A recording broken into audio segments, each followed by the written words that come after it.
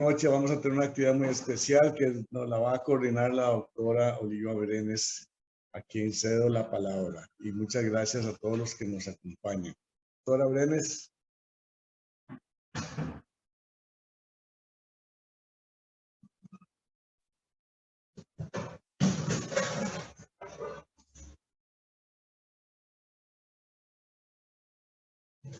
Buenas noches a todos. Es un gusto tenerlos aquí. Y para mí es un gusto muy especial, un honor, presentar a la doctora Ana María Botey Sobrado, quien es nuestra conferencista de hoy, con su ponencia de la epidemia de gripe extranjera en Costa Rica, el último acto de una coyuntura crítica durante 1917 a 1920. La doctora Botey es doctora en Historia por la Universidad de Costa Rica, profesora catedrática en la Escuela de Historia de la Universidad de Costa Rica. Durante la última década se ha dedicado a la historia de la salud pública. De estas investigaciones surgió el libro Orígenes del Estado de Bienestar en Costa Rica, Salud y Protección Social, 1850-1940, publicado por la editorial de la Universidad de Costa Rica en el año 2019, libro que obtuvo ese año el Premio de Historia Cleto González Víquez, otorgado por la Academia de Geografía e Historia de Costa Rica. Nos va a presentar algo muy importante, como es la epidemia, donde vamos a ver lo que hacen los países, las necesidades que hay para atenderlas, que casi siempre son escasas, no son muy satisfechas, y los cambios y el avance que hay con las epidemias del conocimiento médico y científico. Muchísimas gracias.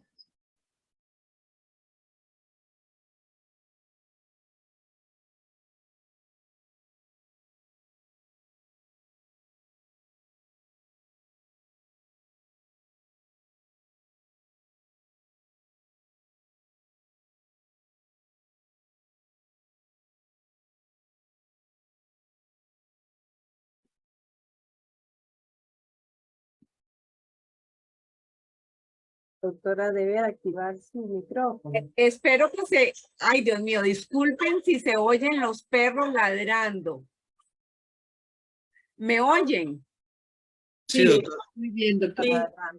Ay, disculpen, pero tengo 3 aguates terribles y están tocando el pito, una moto, y eso se ponen rematados. Bueno, disculpen.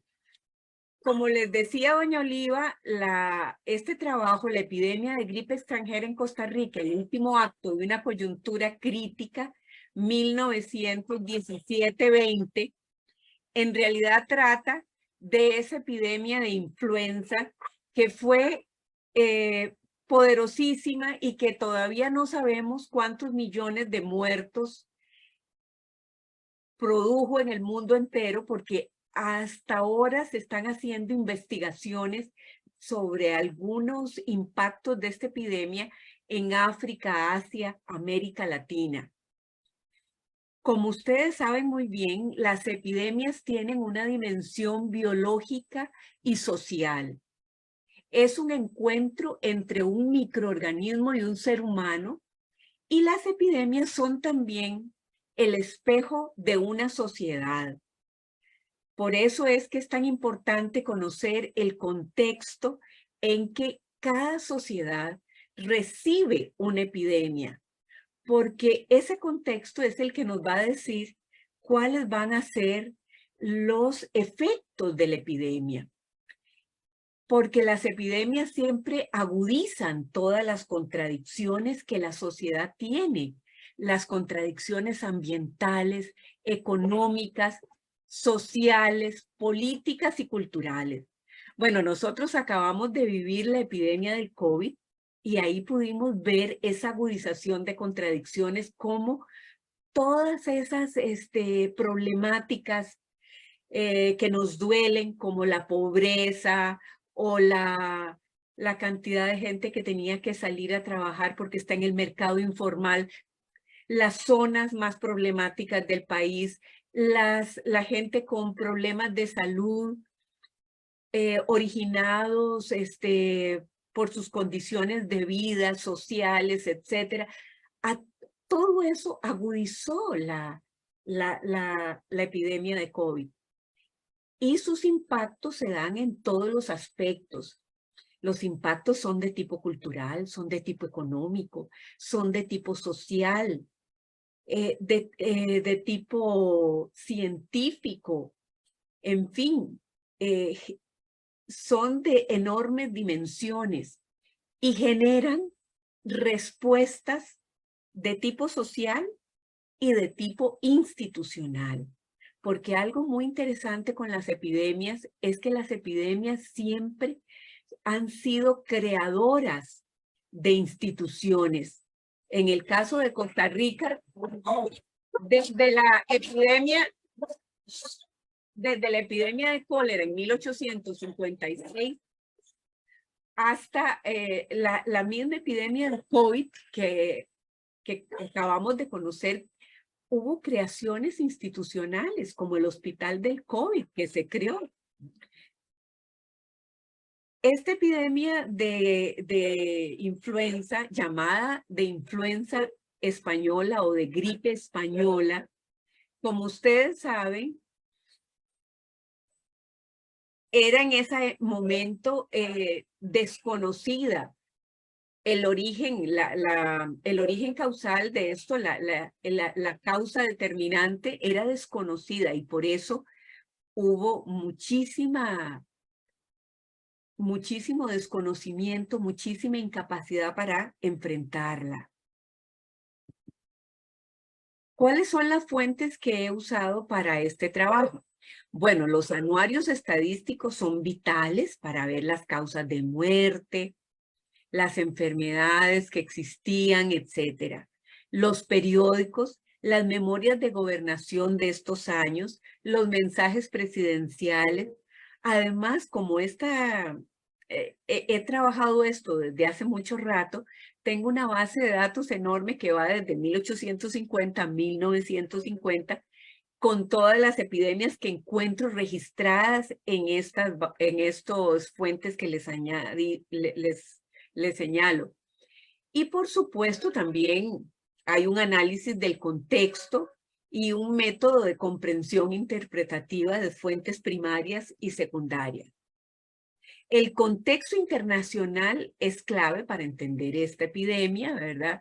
Ustedes saben que estamos en los fines de la Primera Guerra Mundial, que va del 14 al 18, y que, como les decía, ni siquiera sabemos exactamente si hay 25, 40 o 50 millones de personas a las cuales afectó esta epidemia. Y hay una negación de la enfermedad por parte de las fuerzas contendientes, y por eso es que se llama epidemia de gripe española, porque España no censura este tipo de noticias y fue muy fácil para todos decir: esta es una epidemia de gripe española. ¿Cuáles son los orígenes? Brevísimamente, voy a ser brevísima en esto. Como ustedes saben, todavía hoy se discute si la epidemia se originó en los Estados Unidos, en Kansas, en un campo militar, porque ahí hay registros de que el 4 de marzo del 1918, hubo casos que después se pudieron catalogar de influenza, pero de una influenza severísima, y que se propagaron rápidamente por el Medio Oeste y luego por todos los Estados Unidos, y de ahí se saltó a Europa, y cuando la guerra terminó se trasladó por todo el mundo. También hay otra hipótesis de un origen asiático de la enfermedad. ¿Por qué? Bueno, pues porque las epidemias anteriores de gripe habían surgido en China, y no es casual, porque ahí hay realmente hay un reservorio de gripe en China y en lo que se llamaba Indochina, y tiene que ver con el sistema de producción de arroz y por la unión de aves acuáticas, de gansos, de cerdos en esos ambientes. Y entonces eso podría decirnos mucho de esta epidemia. Y hay otra que también se discute hoy, de que en Francia, como la guerra, ustedes recuerden que fue esa guerra de trincheras, los reportes de los médicos franceses señalan que desde 1915 hay epidemias de gripe y de bronquitis purulenta.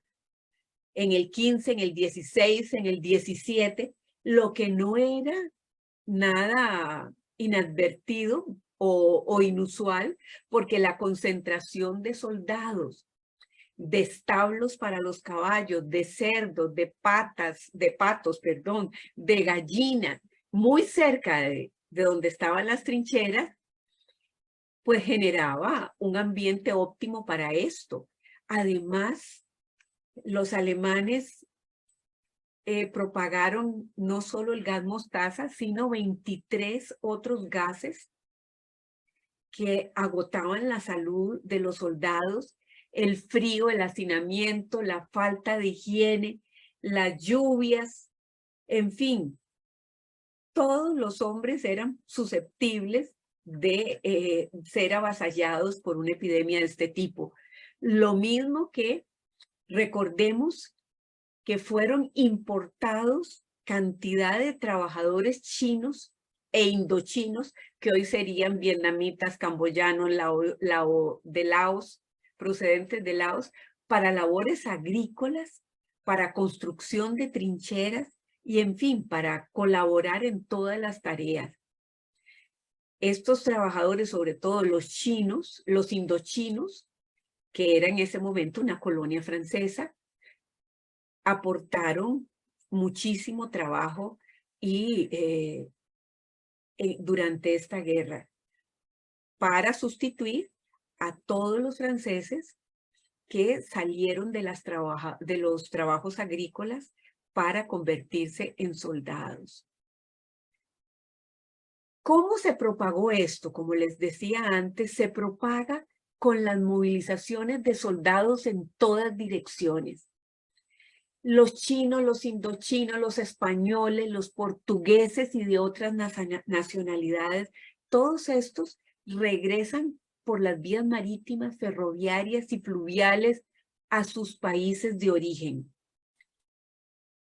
También recordemos que había cantidad de soldados de las colonias que regresaron a sus países de origen. Y esta enfermedad se concentra en 3 grandes oleadas. Una que va de febrero a julio del 18, otra de agosto a diciembre del 18 y otra en el 19. Sin embargo, en los primeros meses del 20 se identifica una 4ª oleada o una mutación. Y esta es la que probablemente nos afectó a nosotros. Les pongo el mapa de Costa Rica para que veamos un poco. Recordé, esto lo hice sobre todo porque como hice un artículo para un libro sobre la gripe española en toda América Latina, entonces tenía que explicarles qué tipo de país era Costa Rica. Y para que un poco veamos las condiciones geoecológicas de Costa Rica. Entonces podemos ver que Costa Rica está rodeada de costas, que hay unas enormes planicies en el lado caribeño, una cordillera que va de noreste a sureste, donde se ubican los valles, y también tenemos laderas más pequeñas en la costa pacífica, y cantidad de microclimas producto de los niveles de altitud y de las influencias marítimas, pluviales, de los vientos, etcétera. Entonces, esto es muy interesante tenerlo en cuenta para ver cómo se comporta la mortalidad en este periodo según las regiones. Vemos que Costa Rica tenía una coyuntura crítica que no se había iniciado en 1920, sino que se había iniciado con la Primera Guerra Mundial ya en el 14, pero sobre todo a partir del 17, cuando llega Federico Tinoco al poder mediante un golpe de Estado. El primer gran síntoma de esta crisis que tiene Costa Rica es la crisis de la economía agroexportadora. ¿Por qué? Por la falta de innovación, por los métodos de siembra que se tenían, por la no renovación de los cafetales. Todo esto hizo que tanto el café como el banano, que ya comenzaban a aparecer las primeras plagas, se viera agravado por los efectos de la Primera Guerra Mundial. Además, recordemos otro tema clave, que era la crisis fiscal. Vean que no son nuevas las crisis fiscales. En esa época, sobre todo, debido a la estructura impositiva que existía, donde, recordemos, que los impuestos a las importaciones eran el grueso de los ingresos del Estado. Y en el contexto de la Primera Guerra Mundial, si algo se detuvo, fueron las importaciones. Sobre todo las importaciones, bueno, todas, porque Europa, que estaba de lleno en la contienda, cerró por completo las exportaciones a otras partes. Y los Estados Unidos va a dirigir el grueso de las exportaciones a Europa, especialmente a los países más afectados y aliados de ellos, y vamos a tener que ese ingreso se reduce al mínimo. Eso es lo que había llevado a don Alfredo González Flores a establecer en 1915 los impuestos directos, que en el 17 Tinoco lo primero que hace es prácticamente eliminarlos. Además de esos impuestos directos a la renta y a la tierra, prácticamente se comenzaban a cobrar. Bueno, el de la tierra ni se comenzaba porque estaban en la elaboración del catastro, y el de la renta se dejó en su mínima expresión. Entonces, la crisis fiscal se ahonda, sobre todo por la política de no reconocimiento a la dictadura de Tinoco por parte del gobierno de los Estados Unidos, que va a hacer que tanto Francia como Inglaterra y otros países no le presten ningún dinero por la vía de un empréstito a Costa Rica para no enojar a los Estados Unidos. Y además vamos a ver que hay un aumento en los gastos en represión y una reducción absoluta de todo lo que había hecho el gobierno de don Alfredo González Flores en el campo de la educación y de la salud. Porque si algo valioso había hecho el gobierno de don Alfredo, era tratar de que el sistema educativo se uniera a las políticas de salud. Por otro lado, tenemos la escasez, el acaparamiento, el encarecimiento de las subsistencias, la reducción de salarios, el desempleo y la inflación. O sea, era un cóctel explosivo. Tan es así que en 1920, en febrero de 1920, en vísperas de la aparición de la gripe española, vamos a tener las grandes huelgas por la jornada de 8 horas, aumento de salarios, control de precios y acaparamiento de subsistencias. Bueno, ¿qué quería decirles también que ya Tinoco había caído, su hermano había sido asesinado en 1920 y él había tomado el exilio hacia Francia. Pero es un gobierno provisional el que le va a tocar hacerse cargo no solo de las huelgas de febrero de 1920, sino de la epidemia de influenza. Ahora, ¿cuáles son, digamos, las condiciones de este país, ¿verdad? Bueno, un pequeño país, una población que según el anuario estadístico de 1919 al 31 de diciembre, correspondía más o menos a 463.727 habitantes. Pero según las proyecciones de don Héctor Pérez Vignoli, historiador y demógrafo, en el libro La población de Costa Rica, espérense, voy a cerrar una puerta. ¡Ya! Estrella, cállese. Ay, disculpen, pero están rematados. La población de Costa Rica era menor que eso, era de 419.634 habitantes y tenía una tasa de crecimiento muy leve, de 1.20. Las defunciones en el año 19 eran de 13.420 y los nacimientos de 18.890. La tasa bruta de mortalidad por 1.000 de 35,52 personas.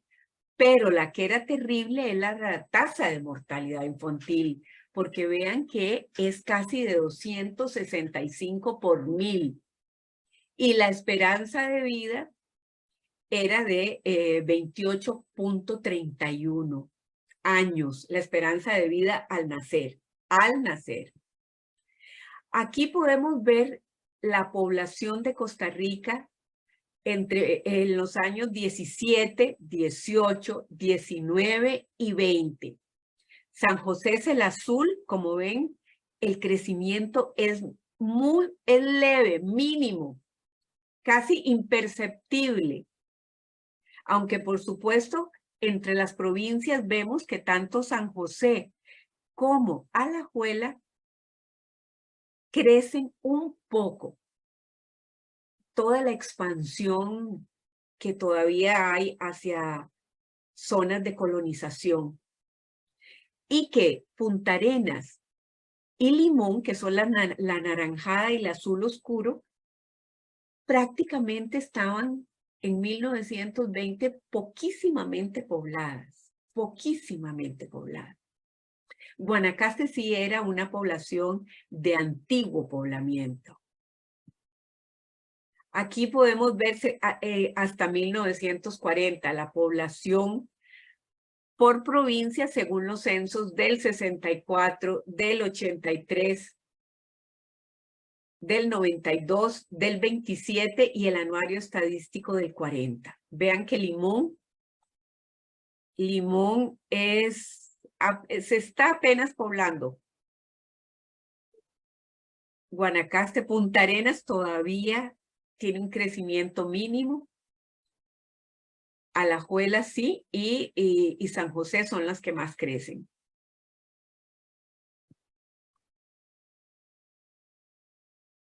Aquí de nuevo volvimos a población. No. Los nacimientos y las defunciones. Este gráfico es interesantísimo porque vean que hay una leve mejoría en los inicios del siglo XX y prácticamente hasta 1915. Pero en lo que es nacimientos, pero luego viene y comienza una baja en los nacimientos, que lo vamos a ver muy marcado aquí en las defunciones que se ven. Ven aquí en el año 19 y 20. O sea que nunca el futuro puede garantizarse que sea a mejor, sino que en la historia hay retrocesos, como estos retrocesos que vemos aquí, ¿verdad? En esos años que son precisamente los años en la coyuntura crítica sobre la que estamos hablando. Vean la esperanza de vida. La esperanza de vida venía aumentando, pero para 1920 se ha reducido. Y luego, ya con el regreso a la democracia liberal, sí, y con las medidas, por supuesto, las iniciativas en salud, continúa aumentando. Ahora, ¿cuáles eran las condiciones higiénicas y de salud que imperaban en esos años? En Costa Rica existían lo que se llamaban las medicaturas de pueblo. Esas dependían de la Secretaría de Gobernación.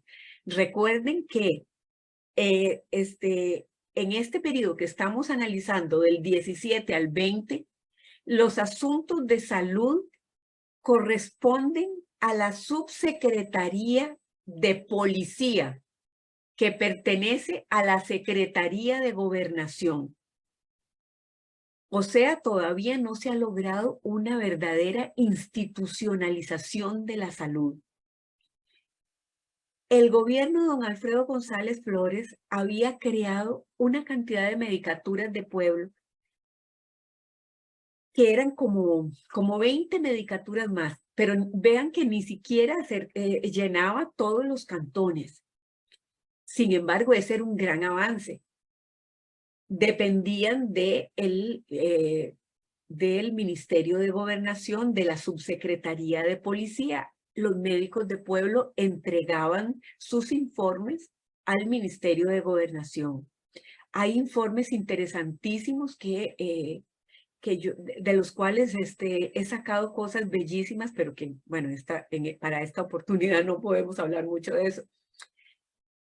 Otro asunto clave es la ausencia de servicios sanitarios en las casas.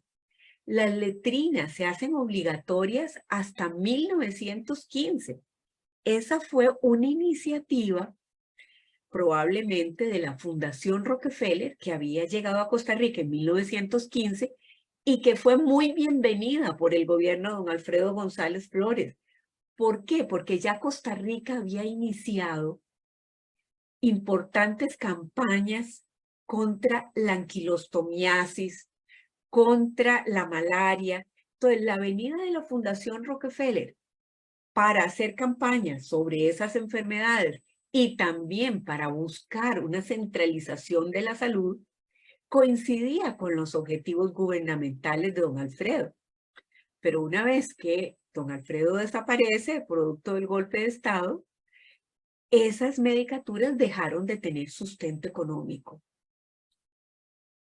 Otro seriosísimo problema era el pésimo servicio de recolección y depósito de basuras y la limpieza de excusados en cabeceras de provincia, porque esos excusados se limpiaban manualmente y en carretas se trasladaban las heces a campos descubiertos. Entonces imagínense el mosquero y los problemas que originaban. La gente mayoritariamente, sobre todo en el campo, defecaba en los solares.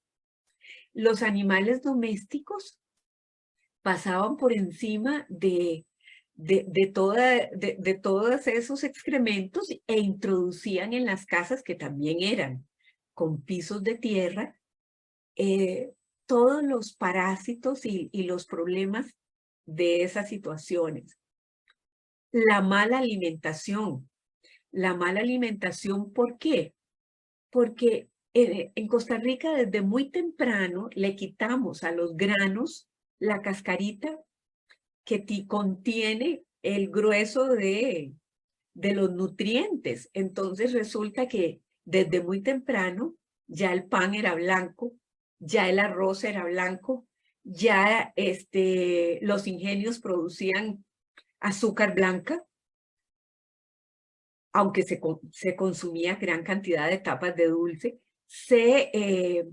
Muchos los alimentos se comían en estado descompuesto por los problemas de refrigeración, o por ejemplo, los niños con el problema de la leche. Recordemos que solo para surtir San José de leche, en 1940 existían 300 lecheros que provenían de diferentes lugares, especialmente de Coronado, que se levantaban a las 4 de la mañana o a las 3 de la mañana, que con las manos sucias sacaban la leche de las vaquitas, que de camino a veces llenaban con agua de las acequias donde traían la leche para hacerla más voluminosa.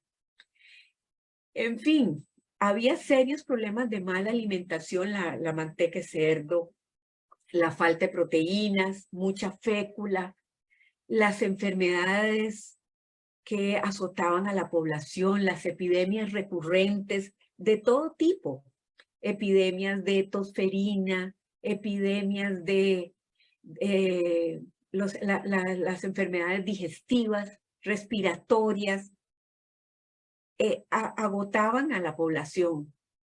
El débil e imperfecto sistema de cañerías en los lugares en que existía, que estaba a cargo de las municipalidades. Por supuesto, habían sido construidas esas cañerías con la ayuda del Estado, pero eran totalmente imperfectas. ¿Qué instituciones de salud contaba el país? Contaba, bueno, con la Subsecretaría de Policía, que dentro de la subsecretaría estaba el Departamento de Anquilostomiasis, que había iniciado campañas desde 1907, mucho antes que viniera la Fundación Rockefeller, el Departamento Sanitario Escolar, que se había creado en 1916, precisamente con la enorme tarea de combatir la mortalidad infantil, que era realmente lamentable.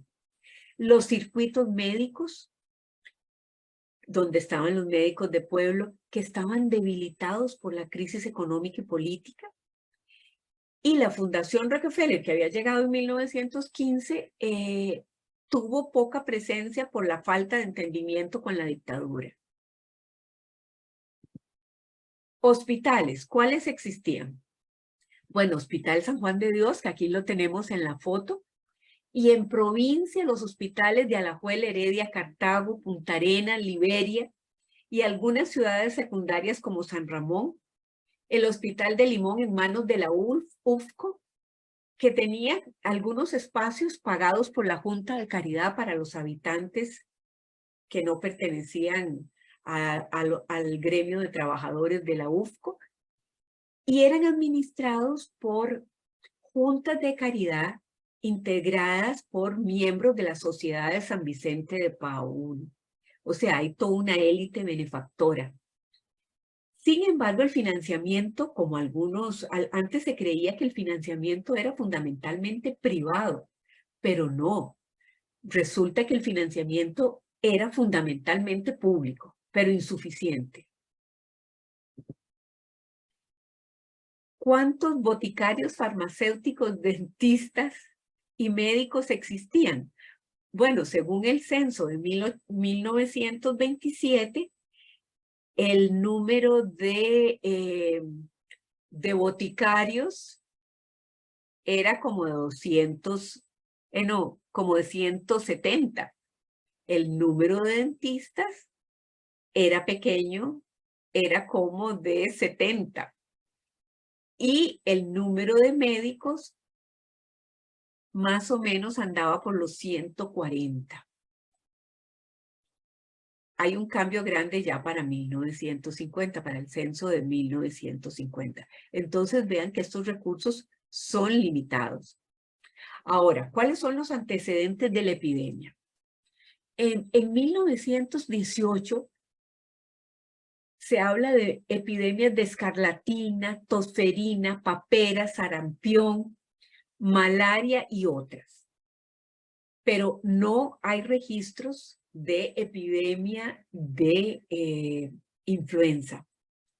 En octubre del 18 hay una peste en el Valle de Orosi. Así dijo la prensa, pero no llegamos a saber qué tipo de peste era. Se hablaba de peste generalmente cuando era una gripe. En 1919 es muy significativo que los anuarios nos hablan de una epidemia de influenza en Nicoya. Y esto pues llamó mucho mi atención porque recuerden que siempre hubo una migración hormiga de Nicaragua a Guanacaste. Y en esos años Nicaragua estaba invadida por los marines norteamericanos. Entonces, y ahí sí hubo epidemia de gripe entre esa población. Entonces yo dije, bueno, pues, pudiera ser que algún contaminado de epidemia de influenza llegara a Nicoya. Sin embargo, se envió un médico para atender los pobladores y no hay mayores noticias de su expansión. El 27 de mayo del 19 también en Limón se habló de casos de influenza, pero finalmente todos los médicos consideraron que era la influenza estacional. ¿Cuándo es que hace su ingreso a Costa Rica la llamada gripe extranjera? Bueno, los primeros casos están en febrero, están localizados entre febrero y mayo de 1920. A fines de febrero, el Hospital de Limón nos hablaba o reportaba 45 casos y 4 defunciones. Y el médico de pueblo hablaba de que tenía 80 casos en la comunidad. Sin embargo, se decidió no cerrar el puerto, no establecer cuarentena, porque para establecer cuarentena necesitaban conocer la gestación de la epidemia y los barcos no traían esa información. Entonces la epidemia rápidamente se propagó siguiendo la ruta del ferrocarril interoceánico. ¿Eso qué significa? Que rápidamente llegó a todos los lugares aledaños a la línea, a Cartago. Aquí podemos ver en los mapas. Ay, Dios mío, se me fue. Aquí podemos ver cómo de Limón viajó a Cartago y a San José, y de San José por el Pacífico fue llegando a estos lugares en el mes de febrero. En marzo, la epidemia ya está en todas partes prácticamente. Donde menos hay casos es aquí en Guanacaste. En abril, sí, ya ha llegado a todo el país. Y en mayo, julio y octubre se reportan muchos casos en Guanacaste, en noviembre y diciembre del año 20 en Limón. Son recurrentes. O sea, los meses el mes más duro va a ser marzo y abril, pero especialmente marzo, donde mueren más de como 1,200 personas producto de esta epidemia, pero vuelven en forma recurrente durante todo el año, incluso en los inicios de 1921. ¿Qué hace el gobierno? Bueno, lo primero que hace ese gobierno provisional es convocar a los médicos de la Facultad de Medicina, así se llamaba, aunque no, era como el Colegio de Médicos. Cambia su nombre a Colegio de Médicos en 1940, cuando se crea la Universidad de Costa Rica. Los médicos dicen hay que crear un Consejo Superior de Salubridad, y eso es lo que se hace, integrado por don Luciano Beche, que era el presidente de la Facultad de Medicina, don Carlos Durán, que era un médico notable y renombrado, y el doctor José María Soto Alfaro, que también era un médico de la élite médica, con amplias facultades. El Consejo declara la influenza como calamidad nacional el 9 de marzo de 1920. y solicita la colaboración con remuneración de médicos, farmacéuticos y todo el personal de salud para atender la epidemia en diversos puntos del país. Además, se crea un hospital auxiliar en realidad es en el edificio metálico. Es que al principio no tenía muy claro en cuál escuela de San José fue, a lo cual se oponen todas las juntas de educación, pero ahí se abre bajo la dirección de Anita Tristán y de unas enfermeras. Como los fondos son insuficientes, se solicita ayuda a empresarios y comerciantes para la compra de medicinas, cobijas y mantas para las personas pobres. Se solicita el apoyo de la ciudadanía. Y entonces, ¿cómo es que colabora la ciudadanía? Mediante las llamadas juntas de socorro. Estas son las que recogen dinero, víveres, las juntas de sanidad y las juntas sanitarias patrióticas, que esta fue una iniciativa de la Fundación Rockefeller. Y entre otras medidas se restringe las concentraciones de población en teatros, iglesias, bailes y se posterga el inicio del ciclo lectivo. Todas estas medidas, bueno, el magisterio y los médicos tienen un papel protagónico porque el magisterio va a colaborar en todas las tareas y se endurecen las medidas higiénicas en San José. Y como les decía, todas estas medidas van a tener enemigos.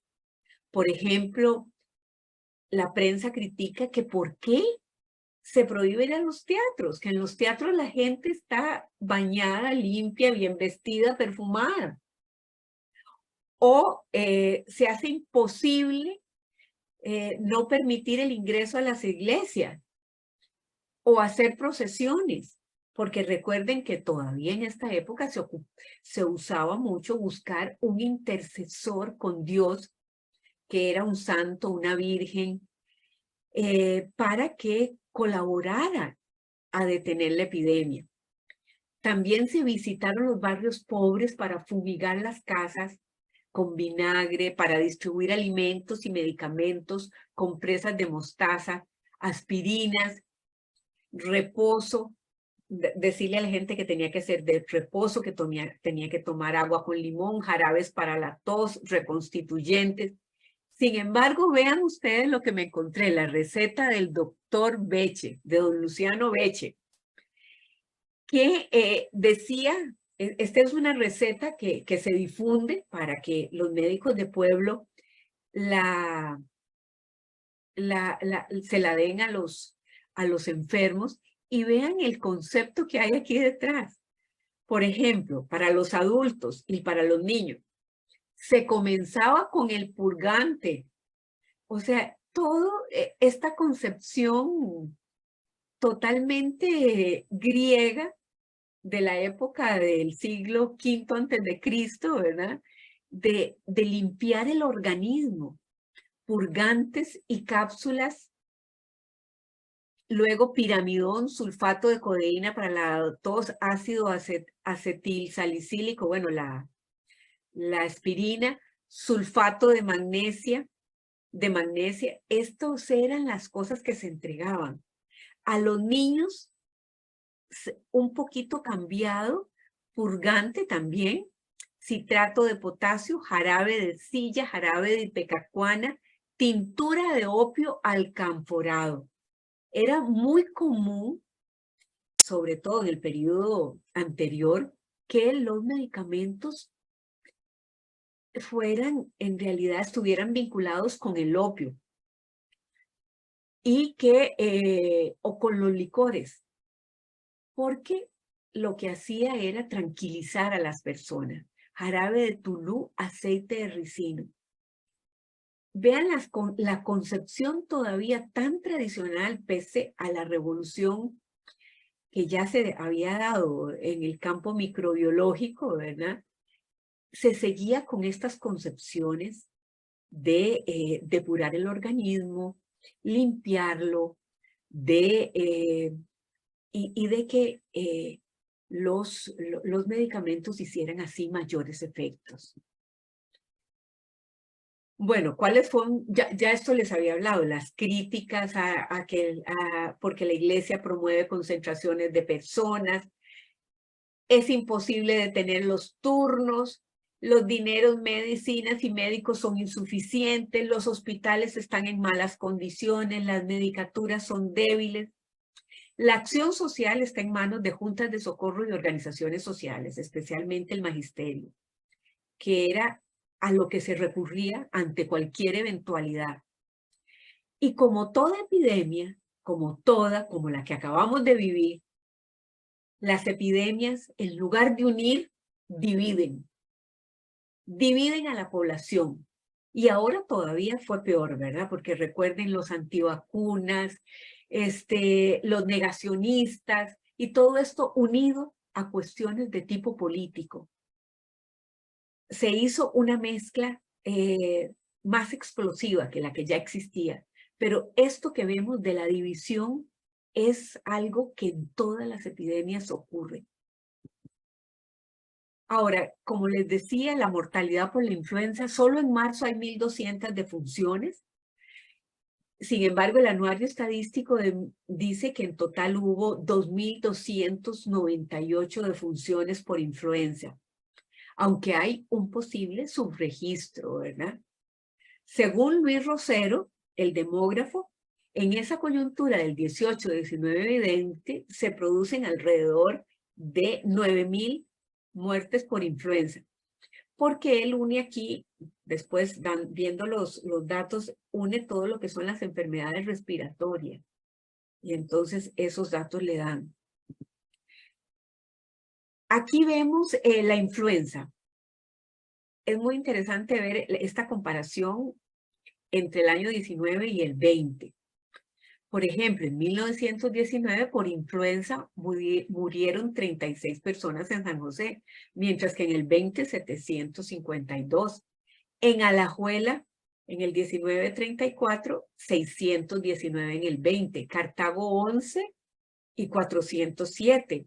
5 en Heredia, en el 19 y 181. En Guanacaste, 52 en el 19, fue esa epidemia que les dije en Nicoya. Y vean que hay relativamente pocos muertos en el 20, 77. Y eso no es inusual en el caso de Guanacaste. En general, Guanacaste siempre es muy golpeada por el paludismo, pero las enfermedades respiratorias no hacen tanta mella en Guanacaste. Mientras que en Punta Arenas sí. En Limón tenemos solo 10 en el 19 y 81 en el 20. Como les dije, es muy probable que muchísimo subregistro de esto. La mortalidad infantil en el 19 es de 5.895, en el 20 de 6.527. La edad de los fallecidos. Aquí tenemos la edad de los fallecidos en 1919 y en la otra columna ustedes pueden ver, si cierran el cuadrito con los personajes de hoy, pueden ver los datos del 20.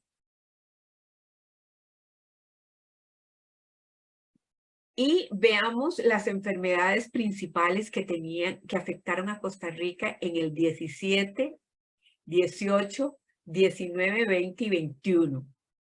El 17 es el celeste. Aquí podemos ver que en todo el periodo, en realidad, el aparato digestivo las enfermedades del aparato digestivo son las más. Aquí vemos en el 17 aparato digestivo,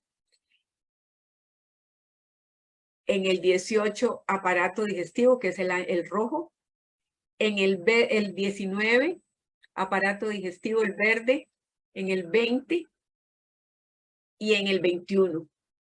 O sea, todo lo que son diarreas, enteritis, etcétera. Bueno, ustedes de esto saben más que yo. Todas estas enfermedades asociadas al aparato digestivo son el grueso de las enfermedades. También el aparato respiratorio. Pueden ver aquí que está en el primer lugar, aparato respiratorio, en todos esos años. La disentería es otra enfermedad importante. Y la influenza, aquí no hay ninguna duda que el año 20 es el año de la influenza, que es aquí vemos en el color amarillo, porque había muertos por influenza en los años anteriores, en el año 17, en el año 18, en el 20 es enorme cantidad, y en el 21 todavía hay muertes por influenza. Tosferina, paludismo, sarampión, todas estas son enfermedades de las más importantes. Tuberculosis, que es otra enfermedad infecciosa que hacía sus avances, sobre todo en las zonas urbanas. Aquí están las defunciones entre 1917, ay por Dios, los nacimientos, esto ya lo habíamos visto, pero en este gráfico se ve mejor, y las defunciones. Aquí el gran hueco, la gran bajada que se inicia como en el 18, 19, 20. Y cómo repunta aquí. 19, 20. Cómo repunta y cómo vuelve a bajar. Bueno, hice unos enredos, pero ustedes entendieron viendo el gráfico. Ahora vean las enfermedades respiratorias y de influenza. Influenza, es que influenza está separada aquí también. Está dentro de las enfermedades generales. Vean, por ejemplo, influenza es la amarilla, la bronquitis, la bronconeumonía, la neumonía, esto en el año 17, pleuresía y otras enfermedades respiratorias aquí. Lo mismo el 18, aquí lo podemos ver, el 19. Y definitivamente en el 20, la influenza, no hay ninguna duda. Es que yo tenía muchas dudas de si realmente en un primer artículo que yo había hecho, donde sin dudas ponía que el 20, después en este segundo artículo ya me di cuenta que lo que tenía que hacer era comparar todas las cifras desde el 17 al 21 para que me quedara en evidencia que este era el año terrible de influenza. Pero por supuesto que al igual que pasó con el COVID, muchos de los que murieron de influenza no solo padecían de influenza, sino tenían otros agravantes, otras enfermedades, malaria o bronquitis, o padecían de tuberculosis. En fin, esto vino a coronar esa situación. Las enfermedades principales aquí por provincia, definitivamente las del aparato digestivo. Aquí están por provincia. La del aparato respiratorio aquí por provincia. La disentería, sobre todo está en Cartago, Alajuela, San José. La influenza, aquí la vemos. Por provincia, ¿cuál fue el impacto que tuvo? Ven que aquí Guanacaste, como les decía, tiene un impacto menor. La tosferina, que afectaba enormemente a los chiquitos. El paludismo. La tuberculosis. Estas son las enfermedades por provincia en 1920. Y aquí vemos,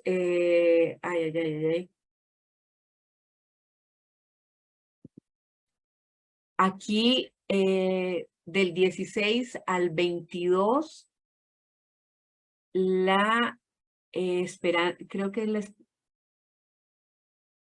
es que como tengo aquí este cosito, no puedo ver el título. La esperanza de vida al nacer. Ay, perdón.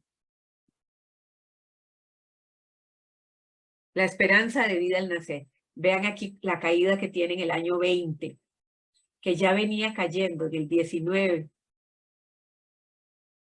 Y aquí cuando vuelve a subir, en el 21. La esperanza de vida al nacer. Bueno, ¿qué reflexiones nos da todo esto? ¿Cuáles fueron las respuestas institucionales a la epidemia? Las epidemias de las décadas de 1910 y 20 contribuyeron a situar la problemática de la salud y la infancia en primer lugar de la agenda gubernamental. ¿Por qué digo esto? Bueno, porque se crearon las clínicas infantiles. En 1920 se creó la primera clínica infantil de San José. Y además, y luego se crearon clínicas infantiles en otras provincias. Y otra cosa muy importante, que va a prepararse el terreno para la creación de la Subsecretaría de Salud en 1922, ya estando Julio Acosta en el poder. La Subsecretaría de Salud en el 22 no tiene todavía el rango de una secretaría, eso va a esperar hasta 1927, pero ya se hace inevitable una institucionalización de la salud. Luego, las huelgas de febrero de 1920 por la jornada de 8 horas y todos los movimientos sociales y epidemias colocan en primer lugar también de la agenda gubernamental las mejoras en las condiciones de vida y salud de los trabajadores. ¿Qué significa esto? Por ejemplo, en 1924, el ideario del Partido Reformista va a ser la vivienda higiénica, la ley de riesgos del trabajo, la ley de inquilinato. Todo esto orientado por esa situación tan catastrófica que tenían amplísimos sectores sociales referidos a las pésimas condiciones de vida, ¿verdad?, que se habían agudizado en esta coyuntura. Además, hay toda una conciencia gubernamental de ampliar ese proceso de descentralización, como les decía, e institucionalización de la salud. La creación de la subsecretaría en la apuesta del doctor Solón Núñez Frutos, que había estudiado don Solón creo que había estudiado en Suiza, y quien es el que crea el primer código sanitario de 1923. Luego las juntas sanitarias patrióticas promovidas por la Facultad de Medicina, el Departamento de Anquilostomiasis y el Departamento Sanitario Escolar, aunque había sido una idea de la Fundación Rockefeller. Y esa clínica infantil en San José de 1920. Lo mismo que la expansión de las cañerías. Esto es la década del 20, a pesar de no ser boyante en términos económicos, va a ser de un acelerado crecimiento de las cañerías en diferentes partes del país, tomando conciencia de lo importante que era que el agua fuera medianamente potable en las casas de las personas para evitar epidemias. Bueno, esta fue mi presentación. Espero que les haya interesado, gustado. Si tienen alguna pregunta,